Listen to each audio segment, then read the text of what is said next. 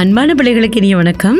இன்று நாங்கள் பிள்ளைகளோடு சேர்ந்திருந்து அழகான ஒரு கைவேலையை செய்யலாம் என்று இருக்கிறோம். இதை பாருங்க, இதோ அழகா இருக்கு தானே ஒவ்வொரு நிறங்களில். ஒவ்வொரு நிறங்களிலான பென்சில்கள் பாருங்க நிறைய வைத்திருக்கிறோம். பிள்ளைகளுக்கு ஆசை தானே இப்படியான செய்கிறதுக்கு.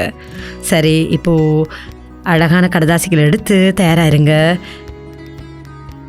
இப்போ நாங்கள் முதல்ல பச்சை நிறத்தில் தெரிவு செய்திருக்கணும் ஒரு கடதாசியை. ஆகவே இந்த நிறத்தில் உங்களுக்கு ரொம்ப பிடித்த நிறம் இது. அதை நாங்கள் இப்படி திருப்பி முதல்ல மடித்தெடுத்து கொள்ளுவோம். மடித்தெடுத்தாச்சு தானே. இப்போ பாருங்கள், அது பிறகு இதை திருப்பி இதில் இப்படி கோடு வரக்கூடிய மாதிரி இந்த பகுதியையும் மடித்து கொள்வோம்.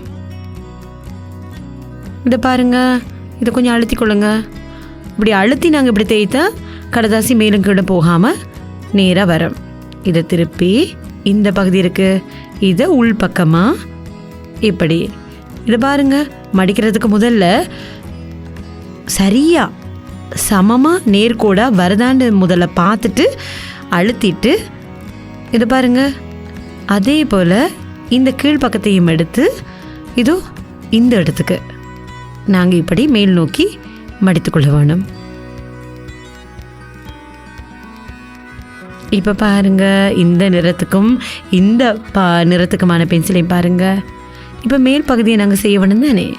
அதுக்கு எங்களுக்கு தேவையான அளவில் நாங்கள் இப்படி சின்னதாக முழுமையாக நாங்கள் மூடாமல், அதாவது மடிக்காமல் இப்படி கொஞ்சமாக மடித்தெடுத்துக்கொள்ளுவோம். இந்த கூர் வர வேணும் தானே, அதற்காக. இப்போ பாருங்கள், கூர் பகுதியும் வந்துட்டுது. இப்போ இந்த பென்சிலினுடைய இந்த கீழ் பகுதி ஒரு முக்கோணம் போல் வந்திருக்கு பாருங்கள்.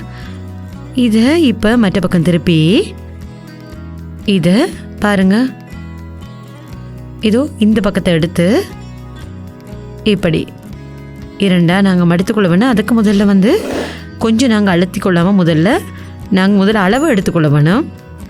எப்பொழுதுமே நாங்கள் ஒரு விரலால் இப்படி பிடித்து கொண்டு இப்படி அழுத்தி எடுக்க வேண்டும். அதுக்கு பிறகு பாருங்கள், இப்போ திருப்பி இதோ இந்த பகுதி இருக்குது தானே, இதை எடுத்து இப்படி இந்த மூளைக்கு வர மாதிரி இப்படி மடித்து கொள்ள வேணும் முதல்ல. அதன் பிறகு இந்த பகுதியை எடுத்து பாருங்க. இந்த பகுதியை இப்படி இந்த பக்கமாக உள் பக்கமாக